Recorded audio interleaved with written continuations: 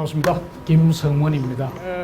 오늘 제가 말씀드리고 싶은 거는 지금까지 아토피에 대한 현대의학에서 이야기했던 것과 제가 통계적으로 분석했던 내용들에 대해서 대비하면서 설명을 좀 드릴 겁니다. 아마 여기 오신 분들은 이해를 쉽게 하지 않을까 그렇게 생각합니다. 제가 대략 아토피안들을 만나고 통계 분석했던 사람은 한 600명 정도 됩니다. 어떻게 원인이 왔었고 어떤 식으로 치유를 했는지 했었고요. 가장 최근에는 조금 전에 이제 발표하신 우리 이태영님하고 또 친동생하고 또 통영에서 올라오신 우리 청년 아토피안하고 이 자리 같이 참석을 했었어요. 24시간 함께 하면서 아주 중증이었는데 이 세 분이 1, 2개월 만에 지금 이 정도로 완화가 됐었어요. 어떤 원리로 완화가 됐는지 어쩌면 저보다 여러분들이 더 잘할 수가 있고요. 제가 이걸 이야기를 하면서 다른 데 가서 그럽니다. 남들은 아토피가 난치성, 불치성이라 그러는데 알고 봐보니까 콜럼버스 달걀 정도밖에 안 되더라. 정말 너무나 단순하고 너무나 간단한 것들을 똑똑한 사람들이 어렵게 가다 봐보니까 치료가 안 된 게 아토피다라는 거죠. 자, 아마 여기 오신 분은 이 강의 많이 들었을 겁니다. 아토피 원인이 뭐냐라고 병원에 가보면요. 1번 나오는 게 진먼지 진드기 나와요. 그 다음에 음식 알레르기, 애완견 털, 꽃가루, 온갖 거 다 나옵니다. 근데 이런 거 전부 다 있는 목장집 아이들은 아토피가 있다 없다? 없어요. 아토피 없어요. 그럼 병원에서 뭐 파악했다는 이야기입니까? 우리 어릴 때 자랄 때 흙 주워 먹고 똥 주워 먹고 길바닥에서 굴르면서 자란 우리들은 아토피 있다 없다? 없어요. 예전에 아토피 가지고 있는 부모들 학력 조사해보면요. 잘나고 똑똑하고 위생관념 철저한 부모 밑에 아토피들이 왕창 다 생겼었어요. 뭡니까? 요게 요즘에 나왔어요. 위생가설이다. 너무 위생에 철저하다 보니까 면역 체계가 미숙해지더라는 거죠. 공감하시겠습니까? 어린 아이들은 태어나서 가장 먼저 많이 하는 게 빠는 겁니다. 이것도 빨고 저것도 빨고. 왜 빠는지 압니까? 맛을 보기 위해서? 아닙니다. 동물들 세계에서요, 코알라는 새끼를 낳고 나면은 엄마가 뭐부터 하느냐? 자기 똥꼬에 갖다 대서 핥게 합니다. 팬들은 어떻게 할까요? 자기 똥을 새끼에게 먹입니다. 왜 그럴까요? 엄마가 가지고 있는 장내 미생물을 새끼에게 전달을 해서 건강하게 자라기 위해서 똥을 통해서 먹이고 있다는 거죠.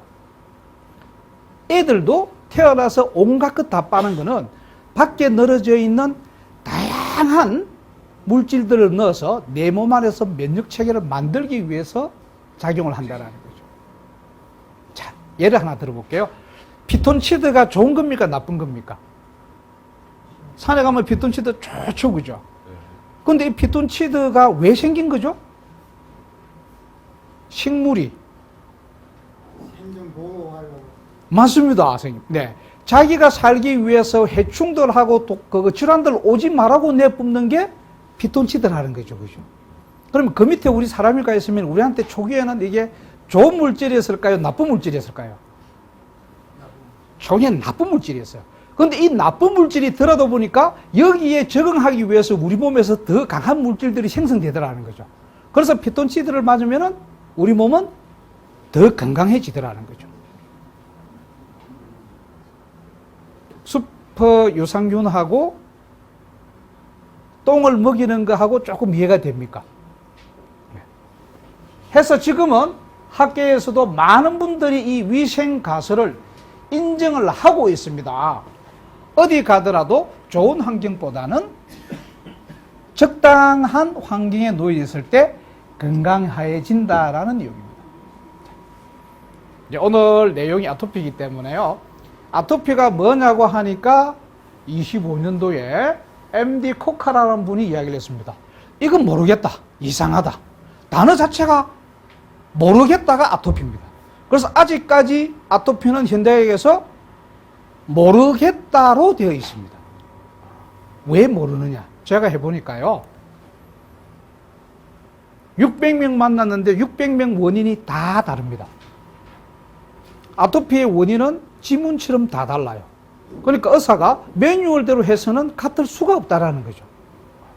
그러다 보니까 지금까지 모른다라고 되어 있는 게 아토피입니다. 제가 교과서적 아토피 원인 이래 놨습니다. 왜냐하면 여러분들이 인터넷을 찾던 다른 아토피 방송을 듣던 모든 정보를 해보면은 아토피의 원인 첫 번째 딱 따져보면 뭐로 나오냐면은 유전이래. 두 번째는 면역이고 세 번째는 환경이고 네 번째는 뭐 정신적인 스트레스나 여러 가지 요인에 의해서 온다라고 하는데 아토피 유전 맞을까요? 아토피가 유전이면은 예전에도 아토피가 있어야 되잖아요. 근데 근래만 아토피가 있잖아요. 그죠? 지금 말씀하신 앞에 사례 발표하신 분이 아토피가 어쩌면은 국내의 1호 환자일 수도 있습니다. 그때만 아토피 아무도 몰랐을 때니까. 그죠? 제가 조사를 해보니까 유전이 전혀 아니었습니다. 그러면 왜 양부모가 아토피일 때 자녀가 반 정도가 아토피가 나오느냐? 똑같은 생활 공간에서 똑같은 거 처음 먹고 똑같은 문화생활을 즐기다 보니까 같은 패턴의 체질이 나올 수밖에 없다라는 거죠. 그죠? 그거 제가 지금 통계적으로 분석해놨던 자료들이 있습니다. 제가 실제 설문조사를 받고 통계했던 거는 대략 한 600명인데 그 사람들하고 조사를 하다가 재밌는 통계를 한번 봤습니다. 아토피를 앓고 있는 사람들에게 출산 과정에 대해서 질문을 해보니까 다 제왕절개로 태어난 사람들이래요. 제왕절개로 태어난 사람이 아토피는 아닌데 아토피를 앓고 있는 사람의 67%는 제왕절개로 태어났었고요. 아주 중증인 환자들은 어느 정도냐면은 90%가 제왕절개로 태어난 사람이에요. 그러면은 아토피의 원인이 유전이 더 많습니까? 출산 과정의 문제가 더 많습니까? 아마 옆에 주위 분들한테 한번 물어봐 주세요. 아토피나 비염이나 건선이나 이런 어떤 환경성 질환이 있으면은 어떻게 태어났니? 물어봐 보면은 제왕절개일 확률이 높습니다. 그러면은 왜 제왕절개로 태어난 아이들은 아토피 체질이 될까? 궁금하죠, 그죠? 첫 번째가 정상분만을 할 때는 산도에 유산균을 많이 증식시킵니다. 해서 태어나는 순간 아기에게 유산균으로 미생물로 완전히 코팅을 시켜버려요. 그러면 몸에 미생물이 많이 있기 때문에 외부의 유해균들이 못 들어오죠. 그죠? 태어나면서 미생물을 먹어요. 그래서 장내 유용 미생물이 많이 번식을 하게 되어 있습니다. 그런데 이거를 끄집어내버리면 이 과정이 생략되는 게 첫 번째 문제고요. 두 번째는 산도를 통해서 나올 때 아기가 산도를 통해서 나오는 과정에서 근골격이 한번 발루어집니다. 쭉 늘리면서. 그죠? 그리고 본인도 힘을 주고 이 과정이 생략되다 보니까 근골격계에 이상이 온다는 거죠. 아토피환들 분석해보면 90% 이상이 체형이 변화가 와 있어요. 특정 근육이 약화가 와 있어요. 그리고 세 번째는 엄마가 골반에 문제가 있거나 아기가 거꾸로 들어섰거나 이미 체질적으로 좀 약한 부분이 있다는 거죠. 그죠? 이 세 가지 요인에 의해서 제가 봐볼 때는 제왕절개로 출산한 아이는 어떤 형태든지 굉장히 약한 체질로 태어날 수밖에 없다는 거죠. 우리나라에서 아토피 유병률이 가장 높은 곳이 어느 도시일까요? 아토피 유병률 전국 1위 제주도입니다. 근데 여기서 제가 드리고 싶은 말씀은 제주도가 1위인 이유는 대기의 공기질이 문제가 아니고 실내 공기질이 문제라는 거죠. 자, 새집 증후군 이야기 하잖아요.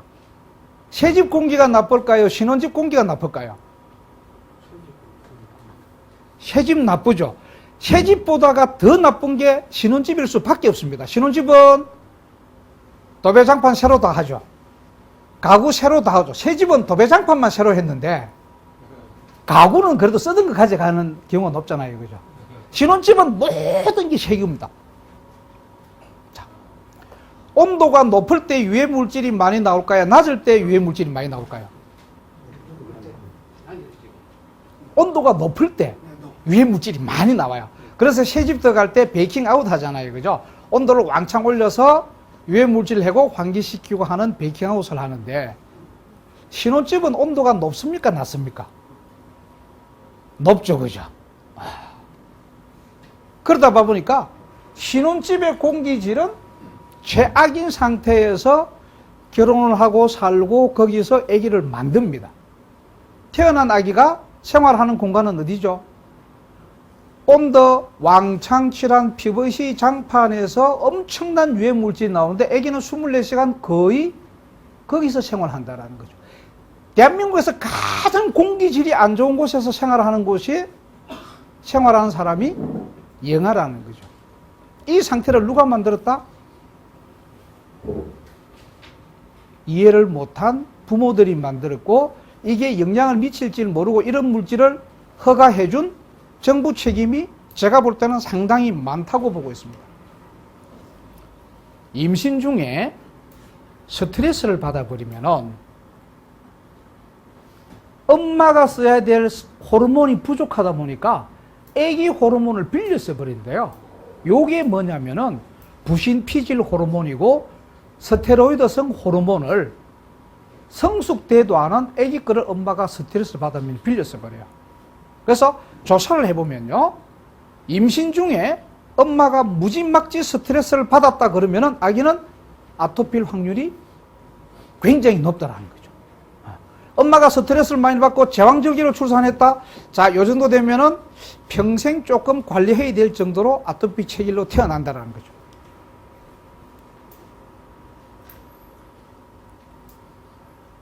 요즘 샴푸 같은 거 어떤 거 쓰라고 지금 방송 많이 하죠. 그죠? 천연 제품 사용해라고. 샴푸를 쓰고 나면은 55초 안에 착용까지 들어간다. 뭐 유방암을 제거해보니까 샴푸 냄새가 나더라. 그런 방송들은 참 많이 보셨죠. 요즘 가장 많이 나오는 게 계면활성제 사용하지 마라 그러는데 젊은 분들이 몸에 바르는 거를 이런 유해 독소를 24시간 바르고 있어요. 샴푸, 바디워시, 화장품.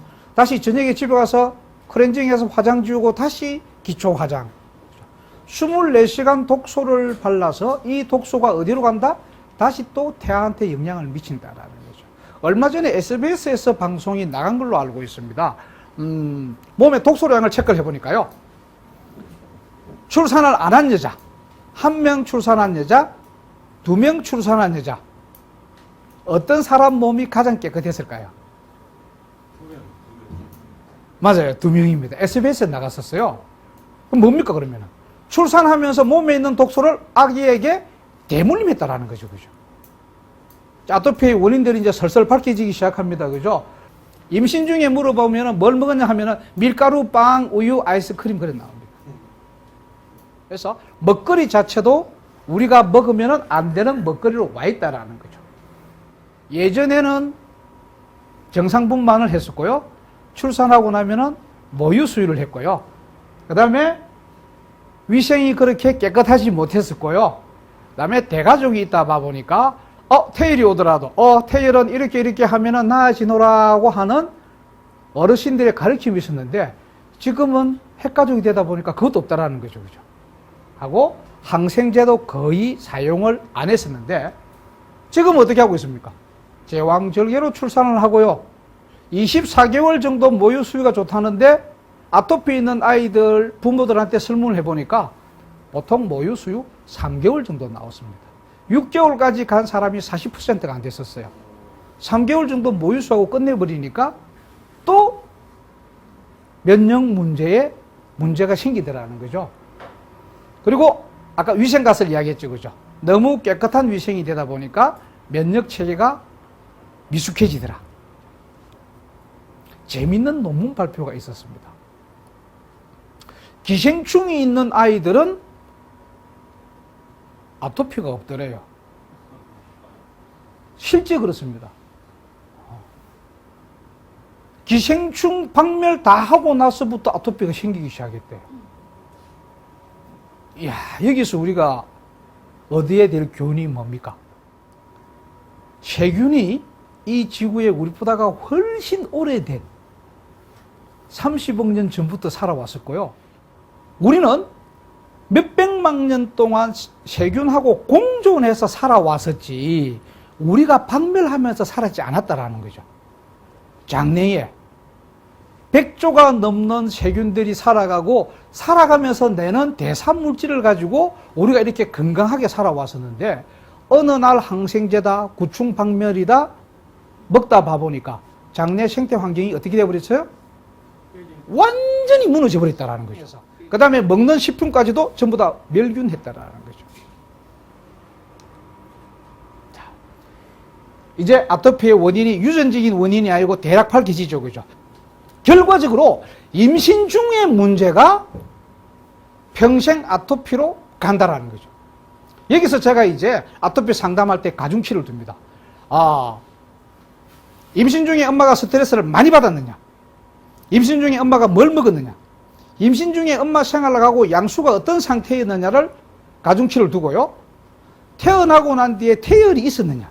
태열이 있었다라는 것은 자극적인 음식, 안 좋은 걸 먹었다는 거잖아요. 그죠? 태열에서 황달까지 갔느냐? 모유 수유를 어떻게 했느냐를 가지고 아토피 체질로 어느 정도 태어나냐고 가늠을 합니다. 만약에 제가 이야기한 모든 것을 다 가지고 있다. 이 친구는 평생 주의하면서 살아야 돼요. 이 중에서 한두 가지만 있다. 적당하게 주의만 하면 됩니다. 아토피 첫 번째 오해입니다. 아토피 아이들은 열이 많다. 저체온이다. 어느 쪽 같습니까? 아토피 아이들은 차가운 데만 골라다녀요. 더우면은 너무 싫어합니다. 차가운 데만 골라다니니까 우리 아이는 열이 많다라고 그래요. 병원에도 그럽니다. 아토피 아이들은 대체로 열이 높다라고 합니다. 이런 바보 같은 결론이 나오다 보니까 아토피가 난치성으로 됐는데요.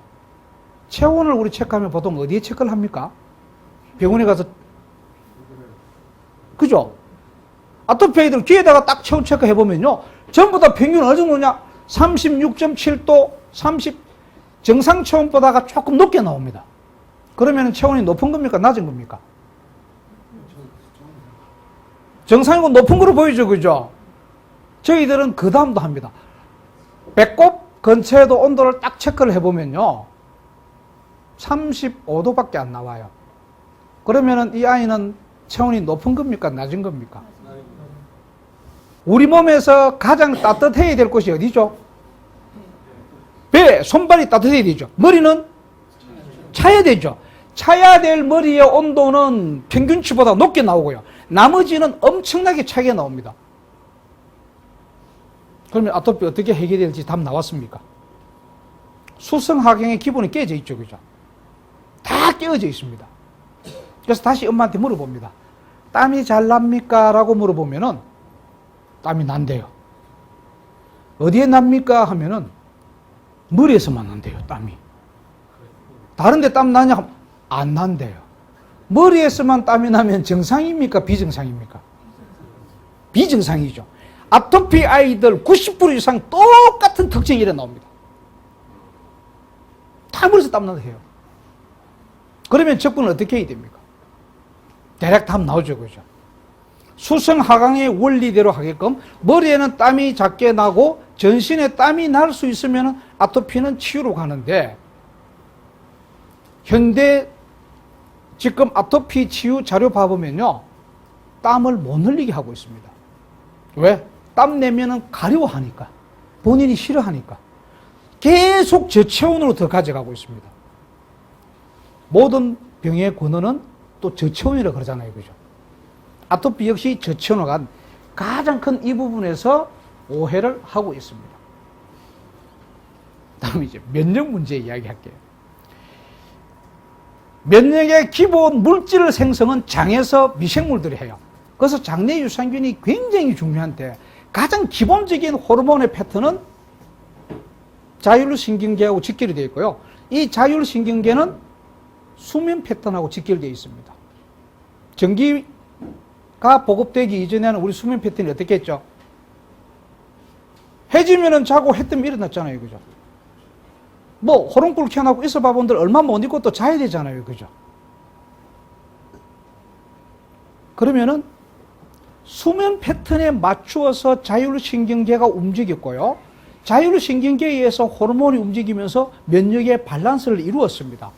제가 부모님한테 물어봐요. 언제 잠자면 가장 좋냐고 물어보면은 다 알고 계시더라고요. 새벽 1시를 기준으로 해서 6시간 같으면은 1시에서 앞으로 3시간, 뒤로 3시간 해서 자야 우리 몸이 가장 건강한 형태의 면역계를 형성을 해요.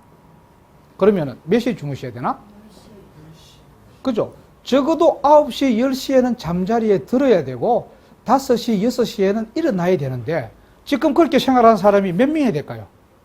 아무리 늦어도 10시 이전에는 주무셔야만이 면역계가 정상적으로 돌아옵니다.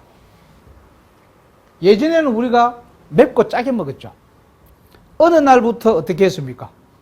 맵고 짜게 먹지 말라고 온 방송에서 난리가 났었습니다. 자, 아토피 통계해 봤습니다. 매운 거를 절대 못 먹는다라는 사람이 80% 이상 나왔습니다. 엄마가 안 먹인대요. 매운 거 먹으니까 더 열나고 더 가려워져서 매운 걸 안 먹는데요. 매운 걸 안 먹은 거하고 아토피가 무슨 관계 있을 것 같습니까? 캡사이신을 먹으니까 장점막이 튼튼해지고 더 강화되더라는 게 되고 나서부터 매운 거 먹지 마라라는 이야기는 사라졌습니다. 슬그머니 어느 날부터 아토피 아이들은 전부 다 장점막이 대부분 다 얇습니다. 정상인의 2분의 1에서 4분의 1 정도밖에 안 돼요. 장점막이 얇다 보니까 거친 음식을 먹으면은 상처가 잘 가요.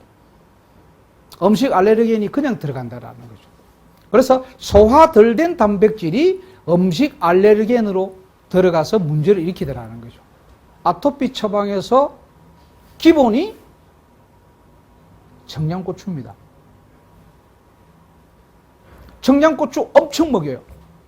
처음엔 근처도 못 가던 친구가 저희들하고 있으면 한 달만 지나면 청양고추 매운맛을 알면서 너무 좋아합니다. 매운맛에 길들여지면 길들일수록 아토피는 근본적인 치유가 되더라는 거죠. 매운맛과 짠맛을 피하면 피할수록 우리 몸은 부실해집니다. 젊은 여자들, 생리통, 신장기능 약한 사람들 전부 다 가보면요. 싱겁게 먹어서 생긴 병이에요. 근데 왜 그럼 작게 먹지 마라? 우리나라는 좋은 천일염이 있는데요. 작게 먹지 말라고 한 사람의 논문에서 소금을 봐보면요. 정제염 기준으로 되어 있습니다. 정제염은 많이 먹으면 절대로 안 돼요. 근데 우리 천일염은 굉장히 좋습니다. 왜 갯벌에서 있는 소금은 우리 몸에 좋고 갯벌을 거치지 않은 소금은 우리 몸에 나빴을까요? 유기 미네랄이냐 무기 미네랄이냐 그 차이입니다. 유기와 무기의 미네랄은 누가 하느냐? 미생물이 한다라는 거죠. 무기 미네랄이 들어가더라도 유기화 시켜낼 수 있다는 거죠. 장내 미생물이 그만큼 우리를 살리기 위해서 온갖 노력을 다 해오고 있다는 거죠. 이제 치유 쪽으로 한번 들어가 볼게요. 많은 사람들이 아토피 치유 사례를 가지고 옵니다. 가지고 오는 아토피의 특효약이라고 가져오는 것은 90%가 피부에 관련된 것만 가져옵니다. 대부분 다 그래요. 아토피 병원에만 가더라도 피부에 관련된 치료를 대부분 합니다.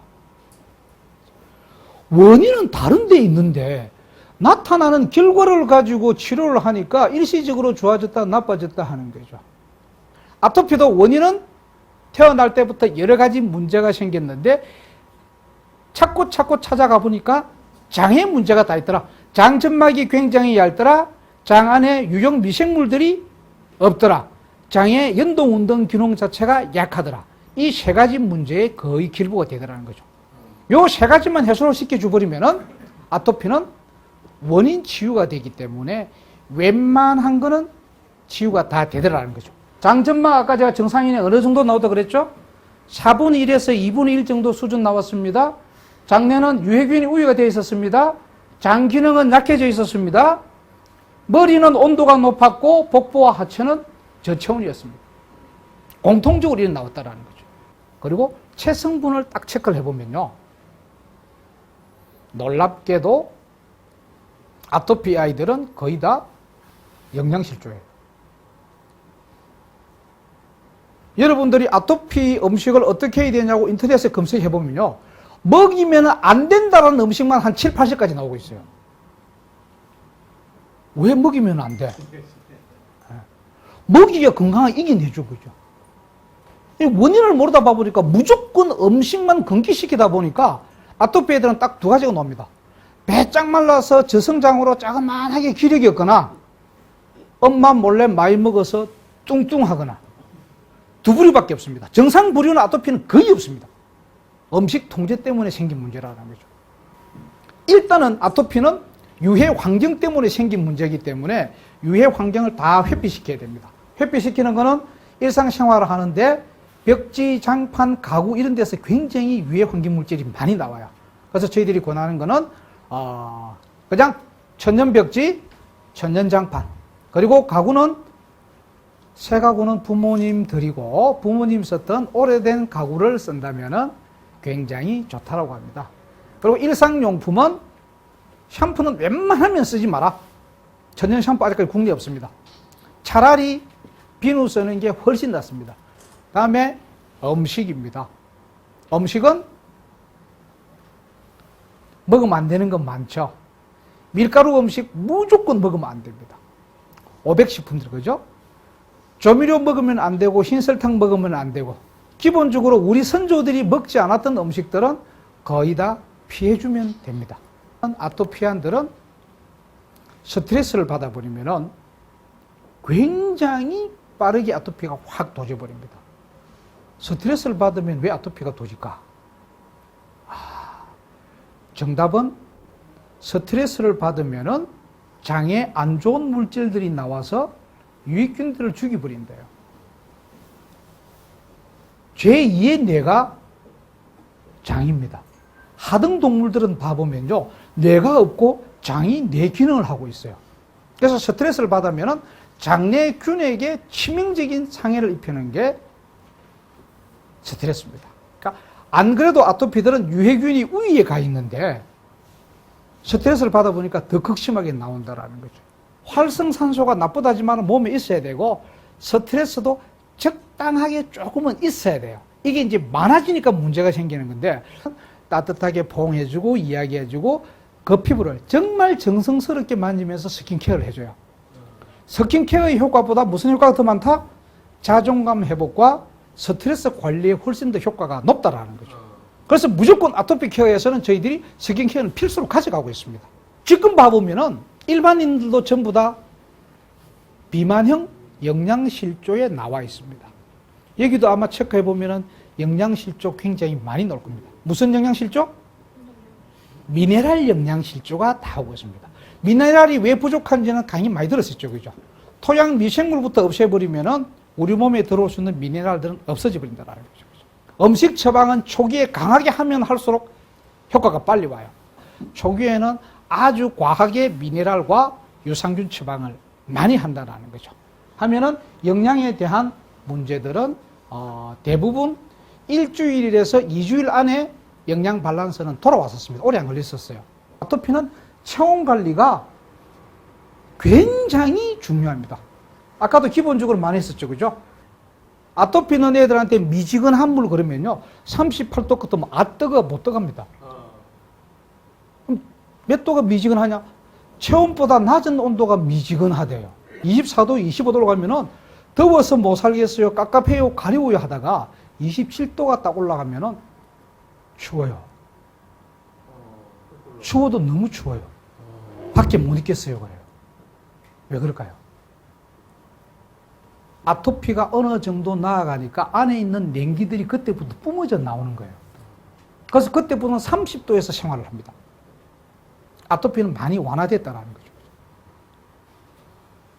냉기가 와서 오는 고통보다 가려운 고통이 훨씬 더 극심하기 때문에 차라리 냉기가 있을 때는 가려움이 없어지니까 계속 그 가려움을 피하고자 차가운 차가운만 찾아다닌다는 거죠.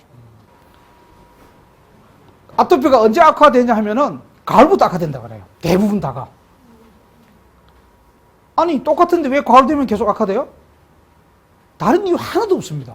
실내 습도가 낮아서 그래요. 실내 습도가 어느 정도 하면 좋으냐? 40%에서 60%가 아토피 가장 좋다고 그래요. 50% 어떻게 맞추냐? 대타올을 거의 물에 흥건하게 적셔서 놓아놔야 2평짜리 방에 50% 유지가 돼요. 아토피는 유해물질이 몸에 들어온 거죠. 그죠? 앞에서 우리가 차단했습니다. 주거에서도 차단을 했고, 일상생활에서도 차단을 했고, 먹는 음식에서도 유해물질들 다 차단을 했습니다. 그럼 이미 몸에 들어와 있는 유해독소는 어떻게 해야 됩니까? 해독을 해줘야 되죠. 그죠? 저희들이 하는 장청소는 효소를 가지고 먹어서 쑥 비워주는 장청소를 많이 하고 있습니다. 장 해독시키고요. 다음에는 간 해독합니다. 간 해독하는 방법은 담즙 생성을 많이 해서 왕창 쏟아내게 할 수 있는 방법을 해서 간 해독을 하고요. 핵심 요법은 미네랄 요법입니다. 미네랄이 들어가면은 몸 안에 있는 중금속이나 축적되어 있던 것들이 결합을 잘해서 배출을 많이 해요.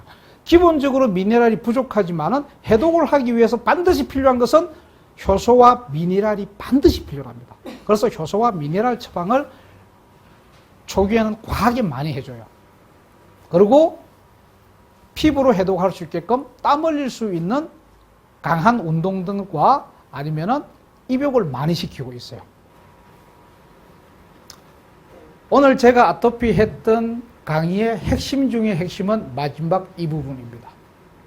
아토피안들은 체온을 상승시키고 땀을 흘릴 수 있게끔만 해주면은 치료 끝. 암도 저체온의 문제, 아토피도 저체온의 문제. 장 관리와 체온 관리가 아토피의 핵심이었습니다. 제가 시간 참 잘 맞췄죠, 그죠? 장시간 들어주셔서 감사하고요. 다음에 또 부르면 달려오도록 하겠습니다. 감사합니다.